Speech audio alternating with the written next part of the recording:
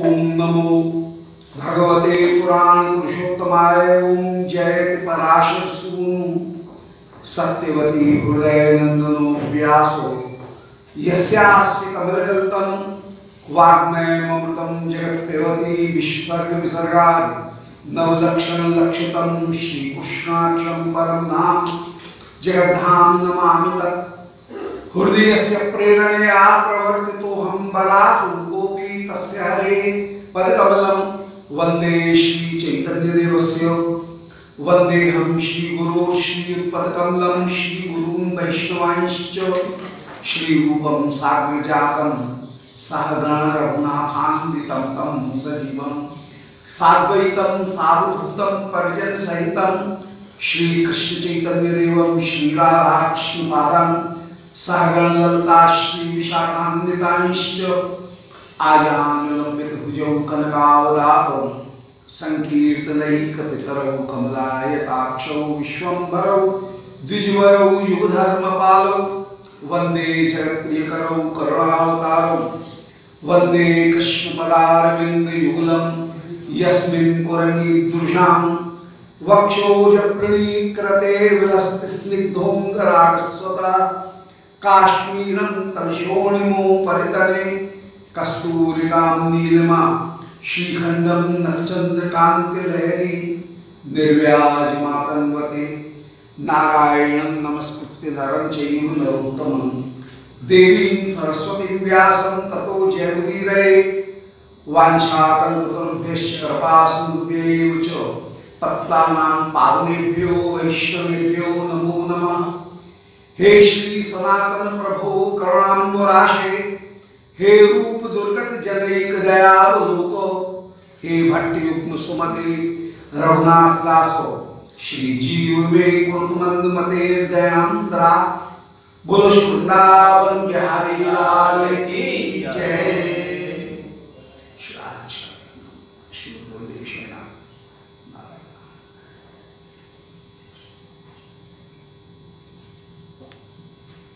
परम मंगल श्री दानकील कौमुदी एकांकी नाटक,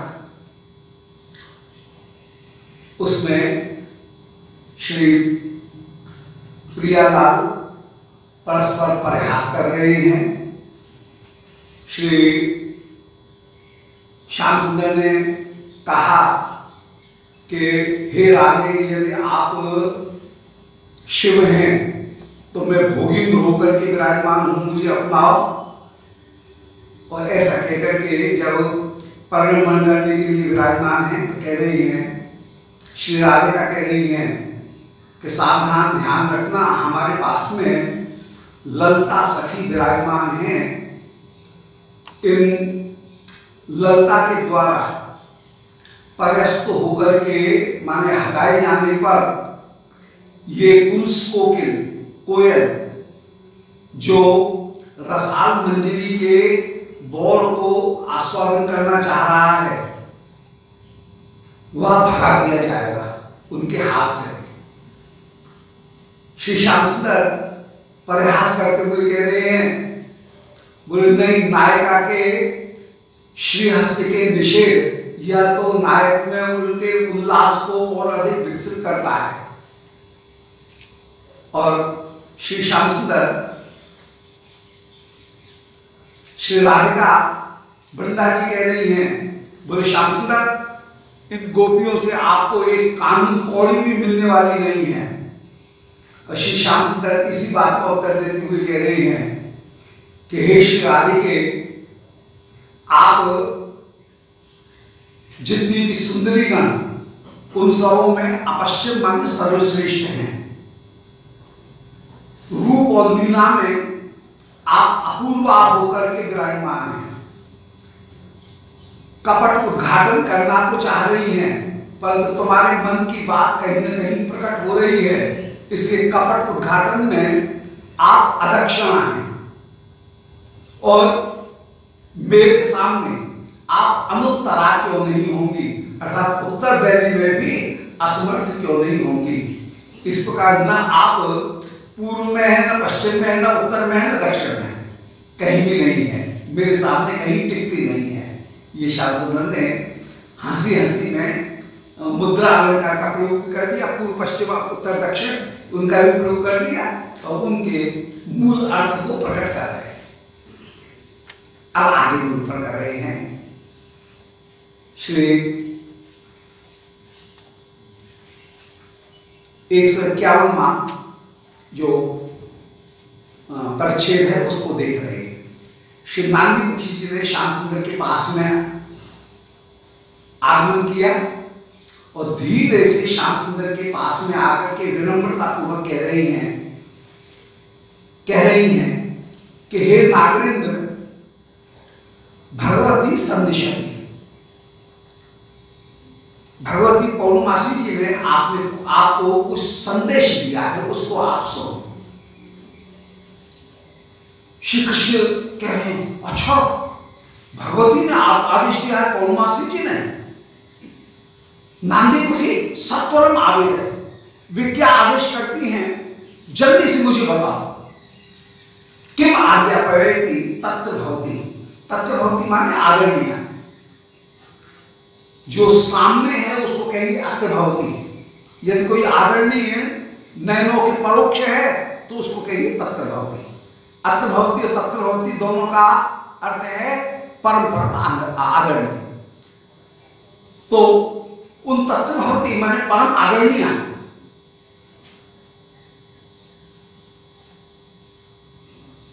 श्री नांदी मुखी जी ने क्या आदेश दिया है? ये तत्र भवती माने जो वहां पर विराजमान है शोभा से युक्त होकर के, बहुत कुछ माने जैसे हम समझने के लिए कह सकते हैं कि कुछ वैसा ही है, हिज होलीनेस या हिज हाईनेस करके, जैसे कोई परोक्ष कोई वस्तु है और उसके लिए कोई बात के जैसे कही जाए, इसी तरह का संस्कृत में एक प्रयोग है परम आदर में। तत्र भवती माने जिनमें ईश्वरीय गुण, ईश्वर स्वरूपता, आदेश प्रदान करने की क्षमता विराजमान है, वे तत्र भवती है। तो वे आदरणीय है, कहां क्या आदेश करती हैं? श्री नांदी मुखी जी कह रही हैं कि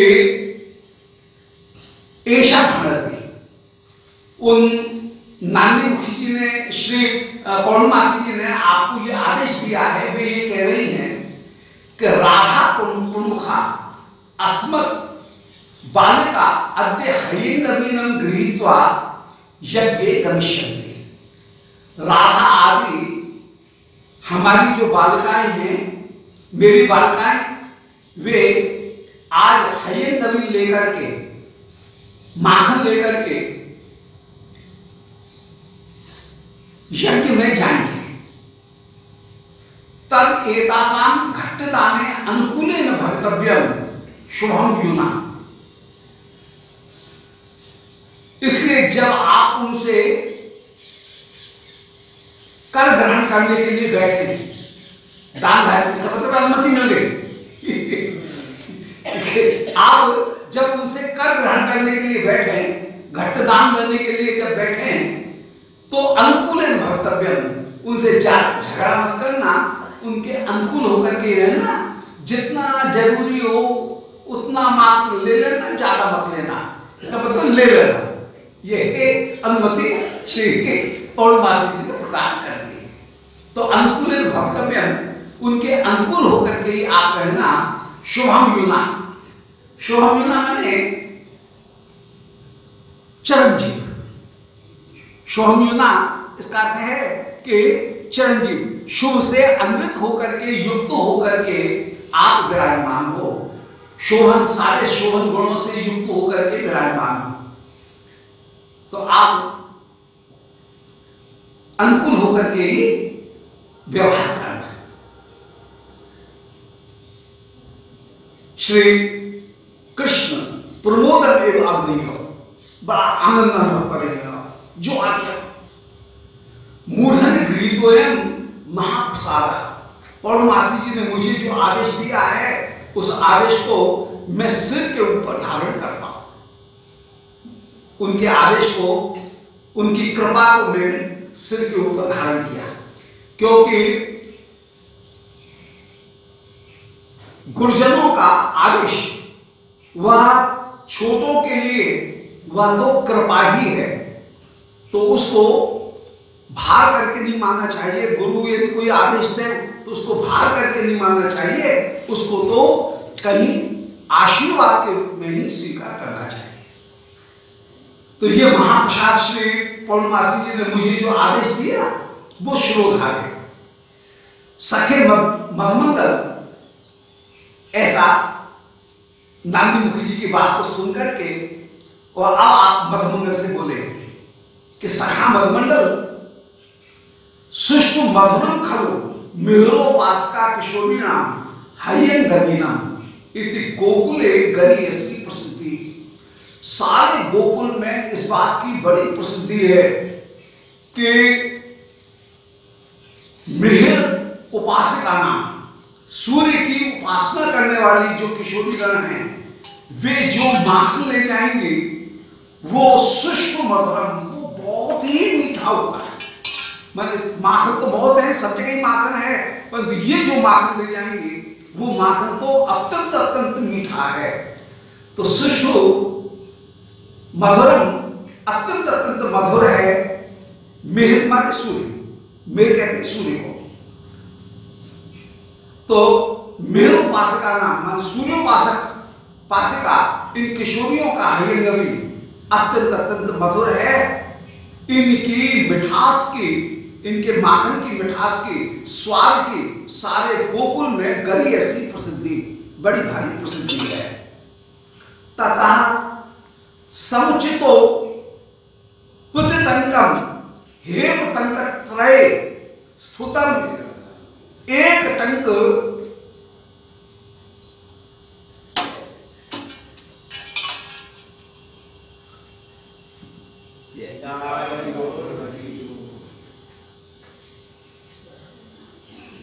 कनिष्ठ टंके गणय शुल्क वित्ता। इसलिए जो समुचित है पौर्णमासी जी के आदेश के अनुसार, कायदे से तो जो हमारे यहां का रेट है टैक्स का, वो रेट तो है प्रति टंकम हेम टंकत्रय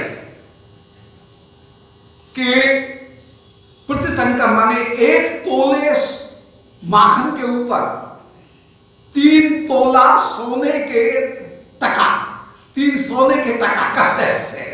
ये तो है रेट। परंतु पौर्णमासी जी ने इनकी सिफारिश की है, इसलिए मुख्य प्रधान गणना न करके गौण गणना करोगे तो इनका जो माखन है उसका जितना वजन है, हर एक तोले के ऊपर 3 स्वर्ण मुद्राएं ये टैक्स लगती हैं। तो 3 स्वर्ण मुद्राएं एक तोले के ऊपर टैक्स है।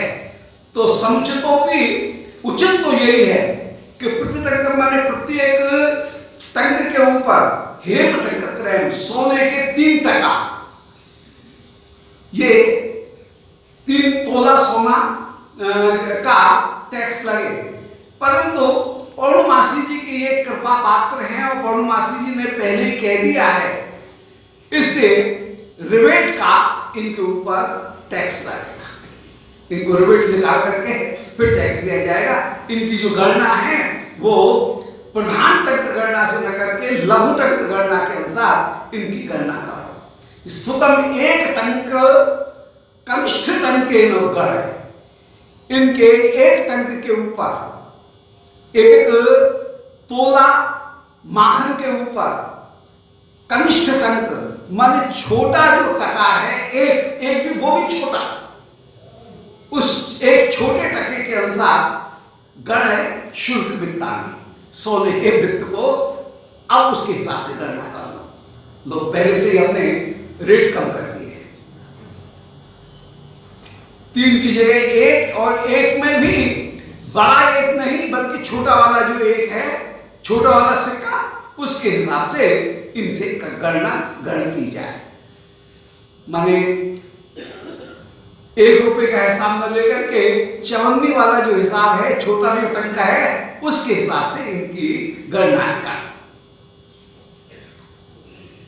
यद अमुष्क भगवत्या पक्षपातता, क्योंकि इन गोपियों के प्रति भगवती पौर्णमासी जी बहुत पक्षपात रख रही हैं और ये उनने सिफारिश की है, इसलिए इनसे छोटा सा ले।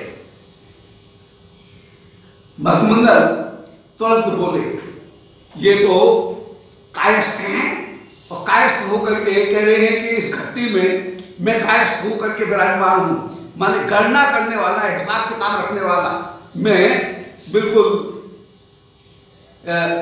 अकाउंटेंट हूं। तो अपनी कायस्थता उसको प्रकट करते हुए कह रहे हैं कि टंकै चतुर्भिः कर्षस्या तै चतुर्भिः भवेत् फलम्।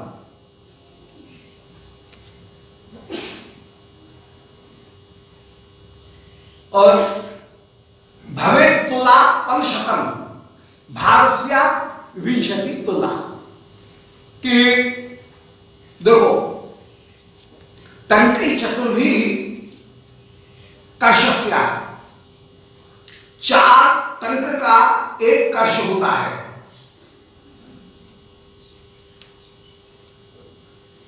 अब टंक किससे होते हैं? पहले टंक की गणना तो शास्त्र में गणना की गई है कि 1 गुंजा बराबर 1 रत्ती,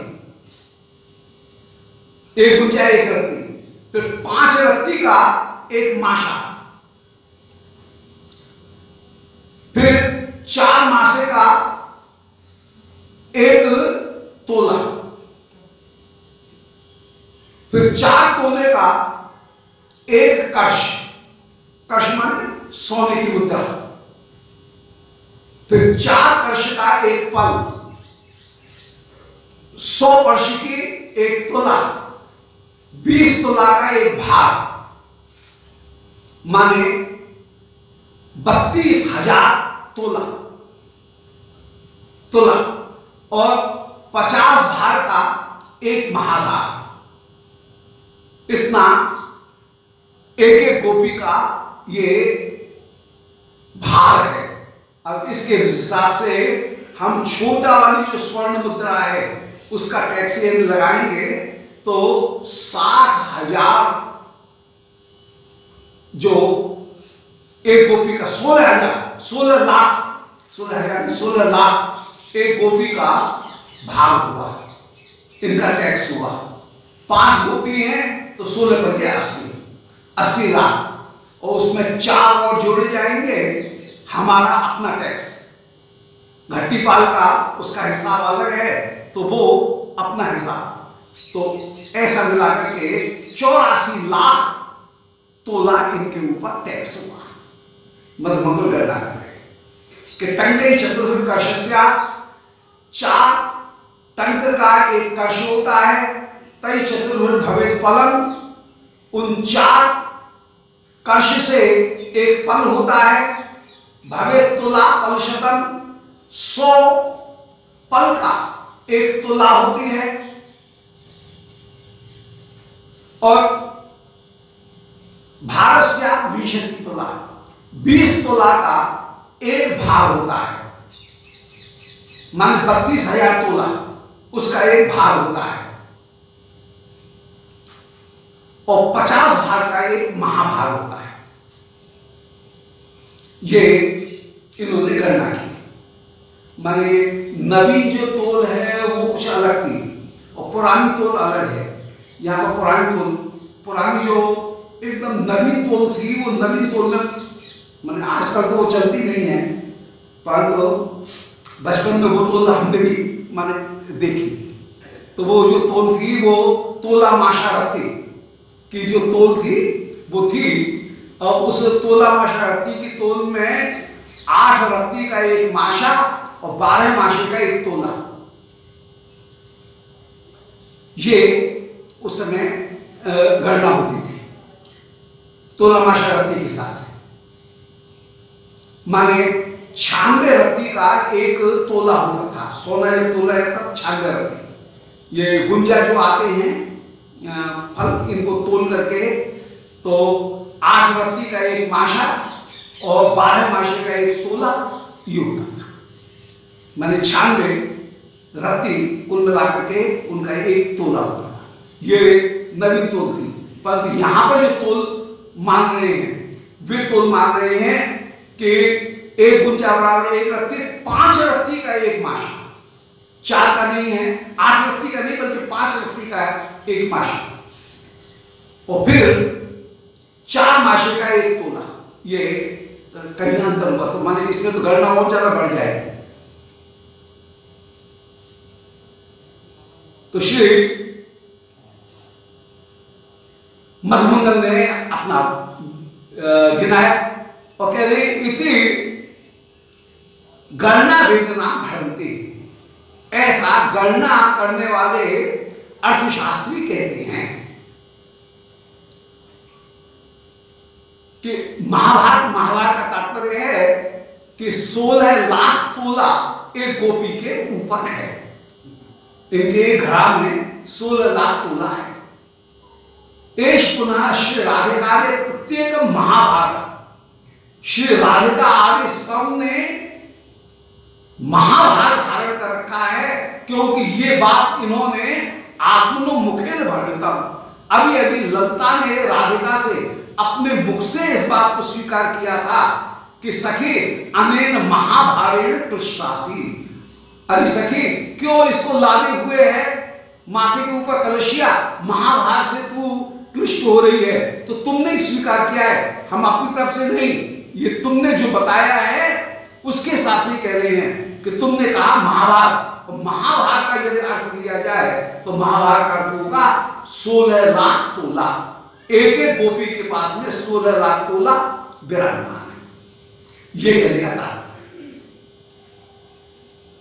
एक तोले में 16 रत्ती और 16 लाख तोला, उसके हिसाब से लगा लो कितना हो, भले मम हो जाएगा, इतना तो हो जाए। तो एक एक गोपी के पास में टंक टंक विराजमान है। श्री कृष्ण मुस्कुरा रहे हैं और मुस्कुरा कर कह रहे हैं ततस्ततः, फिर कितना हुआ? मधुमंगल कह रहे हैं उंगली पे गिन के कि भाराणाम 50 महाभारों गण्य थे। भार का 50 गुना महाभार होता है। भार का तात्पर्य है 32,000 टंक, उनका 5 गुना यदि लगाया जाए तो महाभार होगा।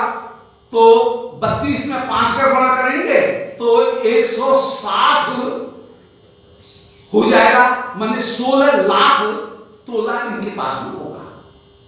ये महाभारत से युक्त है। अतएव पंचानाम गोपिका नाम हयंगवीनई टंकानाम अशीत लक्षणानि भवन्ति। 5 गोपियों के सिर के ऊपर 5 कलशियां हैं, इससे कुल मिलाकर के एक गोपी के ऊपर हुआ 16 लाख तोला और 5 गोपियों के ऊपर 80 लाख तोला इनके पास में कुल वजन है। 80 लाख तोला। अब 80 लाख तोला में 80 लाख तो हमारा पक्का है, माने टैक्स न्यून गणना से होना चाहिए 80 का 3 गुना, 2,80,000 होना चाहिए, परंतु इतना न होकर के हम केवल 80 ही मान रहे हैं, 80 लाख मान रहे हैं। 80 का 3 गुना नहीं मान रहे हैं, ये हम कम करके मान रहे हैं। तो एवं मिलित्वा तो 80 लाख इनका वजन हुआ। परम घट्टपाल निवर्तन निर्वहणाय टंक लक्ष्य चतुष्कम मया वर्धितम। परंतु यहां पर घट्टी पाल भी तो विराजमान है, तो उनका भी जो निर्वाह है ये भी तो अपने खर्चे का कुछ लेंगे। घट्टी पाल जो विराजमान है तो उसमें 80 लाख में 4 लाख और जोड़ दिए, वो 4 लाख इनका टैक्स लगता है। यहां पर घट्टीपाल जो है उनकी तरफ का 4 लाख टैक्स लगा। तो ऐसे घट्टीपाल बर्तन निर्वाहनाय, घट्टीपाल का जो बर्तन है, इनका जो व्यवहार है वो निर्वाह करने के लिए, मन उनका खर्चा निभाने के लिए लक्ष्य चतुष्कम मया कर देता हूं, 4 लाख मैंने और बढ़ा दिए, ऐसे 84 हुआ। अब जैसे ये कहा कि 4 लाख बढ़ाए, सो श्री श्याम सुंदर कह रहे हैं कि बढ़ाए को कह रहा है, वो तो हिसाब में लग रहा है, हमने बढ़ाए थोड़ी हैं, वो तो हिसाब में अपने आप ही लगेगा, इसमें क्या बात है, वो तो 4 लाख हमारा तो है ही है, उसमें तो कोई लेने देने की बात है ही नहीं, तो उसमें बढ़ाने की बात क्यों कह रहा है? गलत मत बोल भाई, सही सही बोल कि 4 लाख 80 लाख है तुम्हारा कुल भार, और 4 लाख जो है वो हमारे अपने टैक्स के लगते हैं, इसमें ये सरचार्ज जुड़ता है, ये बढ़ा हुआ नहीं है, ये तो यहाँ का इलेक्ट्रिक ड्यूटी जैसे बिल में लग करके आती है, ये तो यहाँ का इनका ड्यूटी चार्ज है, ये जो घट्टीपाल है उनका चार्ज लग रहा है। तो एवं च मिलित्वा 84 लक्षणानि टंका गणिता, 84 लाख हैं। कृष्ण बोले सखे रसलुब्ध वर्धितम इत मुषोक्तम, 4 लाख हमने बढ़ा दिए, ये तो झूठ बोल रहा है, ये तो लगेंगे ही, ये तो जो घट्टीपाल है उन घट्टीपाल का खर्चा तो लिया ही जाएगा, तो ये 4 लाख तो हमारे ही हैं। नूनम उत्कोच रोचन या गण्य संक्षिप्त एवं आचरिता, मालूम पड़ता है तू इस बहाने उत्कोच प्राप्त करने के लिए, घूस बीच में प्राप्त करने के लिए, घूसखोरी करने के लिए तू झूठ मूठी कह रहा है कि इतना मैंने बढ़ा दिया, बढ़ाने की बात नहीं है, ये तो हमारा लगता ही है। नूनम उत्कोच रोचर्या, उत्कोच प्राप्त करने के लिए, घूस प्राप्त करने के लिए गणने संक्षिप्ति एवं आचरिता, तूने गणना में संक्षिप्तता दिखाई है। तदस्त्र भवत गणनया हेम टंकान चतुर्शीत मात्रम सिद्धम, सही सही बात है, ईमानदारी से ही यहां पर तेरे हिसाब से जो गणना है उस गणना में 84 लाख ही सिद्ध होते हैं, जबकि होना चाहिए कुछ अलग, परंतु 84 लाख ही सिद्ध होते हैं। श्री रूप गोस्वामी का क्या करना, ये तो स्वयं ही दबीर खास होकर के रहे, ये सारा टैक्स वैक्स तो ये अपने वृंदावन आने के पहले सब पहले ही ये इनका नित्य का व्यवहार था, उंगलियों में गिनना था, जितना भी वो वहां पर शाकर बल्ले को दबीर खास दोनों रूप सनातन रहे, तो ये तो कहीं दबीर खास होकर के रहे हैं, टैक्स जो है वो टैक्स को सदा से गिनने वाले हैं, तो ये तो इनका नित्य का काम है, व्यवहार का काम है, लीला में भी कहीं व्यवहार का काम है। तो कह रहे केवल उत्कोच लेने के लिए, बीच में कुछ पैसा इसमें से हटने के लिए तू 4 लाख बढ़ा करके कह रहा है, ये बढ़ाने की कोई बात नहीं है, ये तो स्वतः ही सिद्ध है। मधुमंगल उस समय श्री कृष्ण के कान में मुख लगा करके कुछ बोलने का अभिनय करते हैं, जैसे कोई सुन नहीं ले, किंवत कथन, और कुछ कान में कह करके अलग हो जाते हैं। श्री कृष्ण मुस्कुरा करके करें, अब ये इन दोनों में कोई गुप्त मंत्रणा हुई।